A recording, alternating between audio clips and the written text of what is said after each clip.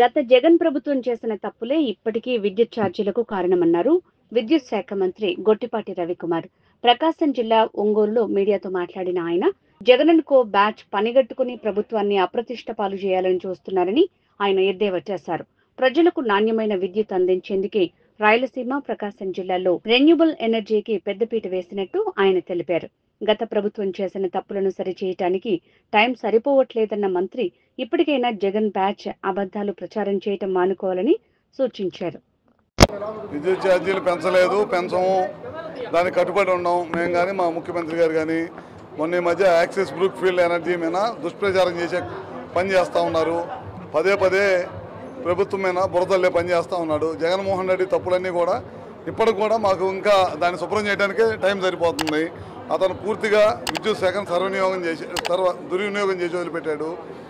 అతనే యాక్సిస్ ఎనర్జీకి ₹5.12 పీపీ చేస్తే దాన్ని వెనక్కి పిలిపించి ₹4.60 పగలపూట, సాయంత్రం పూట పీక్ అవర్స్లో కూడా విద్యుత్ సరఫరా చేసే ఒప్పందం చేశాము. అదే కాకుండా పిఎల్ఎఫ్ దాదాపు 60% తక్కువ ఇవ్వకుండా ప్రభుత్వానికి నష్టం లేకుండా అన్నీ కూడా చేశామన్నమాట.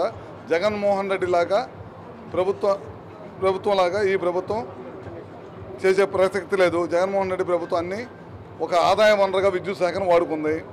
మా ప్రభుత్వం కరెంటు ఛార్జీలు పెంచకూడదు, ప్రజలకు ఉపయోగపడాలి, నాణ్యమైన విద్యుత్ ఇవ్వాలనే దశగా పనిచేస్తున్నాము. దాంట్లో భాగంగానే రాయలసీమ, ప్రకాశం జిల్లా ప్రాంతాల్లో రెన్యూబుల్ ఎనర్జీకి పెద్దపీట వేసాము. గతంలో కూడా 7,000 మెగావాట్లు 2014-19లో రెన్యూబుల్ ఎనర్జీ పెట్టడమే కాకుండా విద్యుత్ ఉత్పత్తి కూడా చేసి చూపించాము. అదేవిధంగా దేశంలో ఇప్పుడు మన రాష్ట్రంలో రాయలసీమ ప్రాంతం పూర్తి అనుకూలమైన ప్రాంతం కనుక తప్పకుండా రాబోయే రోజుల్లో రెన్యూబుల్ ఎనర్జీకి పెద్దపీట వేస్తామని చెప్పి కూడా ముఖ్యమంత్రి గారు పదే పదే చెప్తున్నాడు. దాంట్లో భాగంగానే తప్పకుండా చేస్తాం.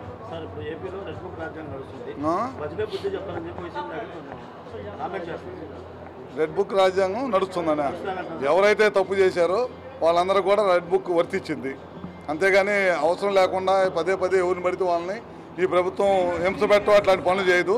ఈ ప్రభుత్వం ప్రజలు స్వేచ్ఛగా తిరిగే ప్రభుత్వం. ఎవరైతే గతంలో తప్పు చేసి అవసరం లేని పనులు చేశారో వాళ్ళకి తప్పు చేసేవారు కాబట్టి శిక్ష